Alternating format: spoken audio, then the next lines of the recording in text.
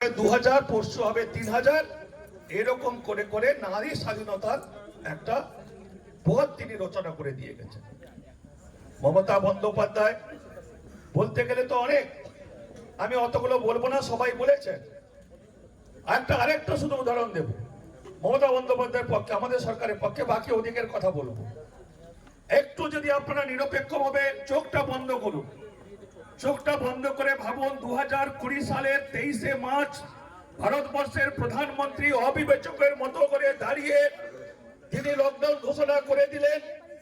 হঠাৎ করে লকডাউন ঘোষণা করে দিলেন, সারা চারিদিকে হাহাকার পড়ে গেল। মানুষ তার বাড়িতে ফিরতে পারছে না, মানুষ কাজে যেতে পারছে না, মানুষ কাজ হারিয়েছে, মানুষের জীবন নাভিশ্বাস হয়ে উঠেছে। সেই সময় দেখবেন যে বড় লোকের বাপুদেরকে এয়ারলাইন্সে করে একদম করোনা সহ সরকারি টাকায় বড় লোকের বাবুদেরকে দেশে ফিরিয়ে নিয়ে এলেন। কিন্তু আমার ঘরের সাধারণ পরিবার, খেটে খাওয়া পরিবার, শ্রমিক পরিবার, কৃষক পরিবারের লোকেদের জন্য ট্রেনের ব্যবস্থা পর্যন্ত সেদিন করেননি।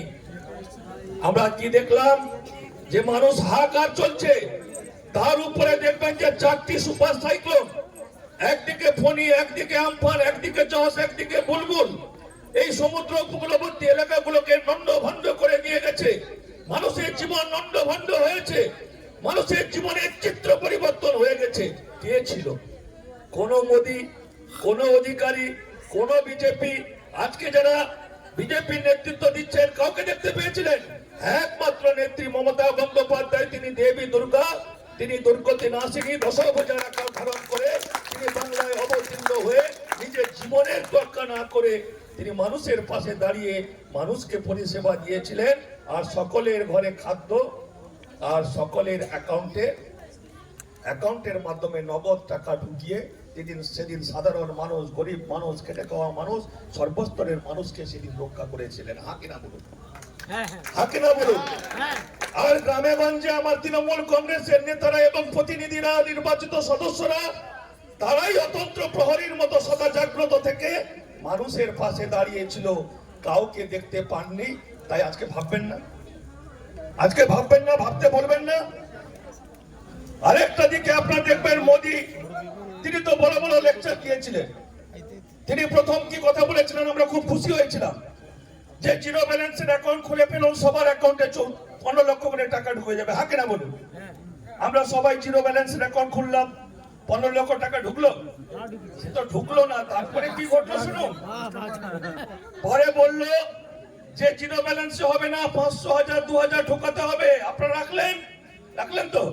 আর একটু লক্ষ্য করে দেখবেন, রাত্রিবেলা, গভীর রাত্রে বা ভোরের দিকে দেখবেন আপনাদের মোবাইলে একটা টিক করে শব্দ হয়েছে, দেখবেন 3 টাকা কেটে গেছে, কখনো দেখবেন 7 টাকা কেটে গেছে, আবার কখনো দেখবেন 17 টাকা কেটে গেছে। আমার তো 23 টাকা পর্যন্ত কেটে নেয়। আপনি যখন ফিরিয়ে ফোন করবেন কি বলবে? নট রিচেবল, তাই তো? আপনি 3 টাকা 5 টাকার জন্য ব্যাংকে গিয়ে কি ঝগড়া করবেন যে আমার 3 টাকা কাটিছে, আমাকে কেন কাটবো, আমাকে দো? যাবেন? তাহলে ভারতবর্ষের 140 কোটি মানুষের যদি প্রতিনিয়ত এইভাবে কাটে, তাহলে কত টাকা কাটছে? এটা হচ্ছে সারা ভারতবর্ষের মধ্যে সবচেয়ে বড় জালিয়াতি, সবচেয়ে বড় দুর্নীতি, যেটা হচ্ছে মোদী সরকার করছে। আপনাদের বলেছিল প্রতি বছর 2 কোটি বেকারের চাকরি হয়েছে, হয়নি। আরেকটা ভালো কথা বলেছিল, আমরা খুব খুশি হয়েছিলাম। বলেছিল আমি 100 দিনের মধ্যে সমস্ত জিনিসপত্রের দাম কমিয়ে দেব, যদি না কমাতে পারি তাহলে দিল্লিতে দড়িতে আমাকে ফাঁসিতে ঝুলিয়ে দিবে, বলেছিল না? আচ্ছা, কোন জিনিসের দাম কি কমেছে? সব তো দ্বিগুণ হয়েছে। পেট্রোলের দাম বেড়েছে, ডিজেলের দাম বেড়েছে, গ্যাসের দাম বেড়েছে, আমাদের কেরোসিনের দাম বেড়েছে, আমাদের সরষে তেলের দাম বেড়েছে, চিনির দাম বেড়েছে, ডালের দাম বেড়েছে, আপনার ওষুধের দাম বেড়েছে, বিস্কুটের দাম বেড়েছে, বাচ্চাদের দুধের দাম পর্যন্ত বাড়িয়ে দিয়েছে তো? আচ্ছা, আমি তাড়াতাড়ি শেষ করে দিচ্ছি। আর যে কথা, তাহলে তার কথা প্রতিশ্রুতি রক্ষা করেছে?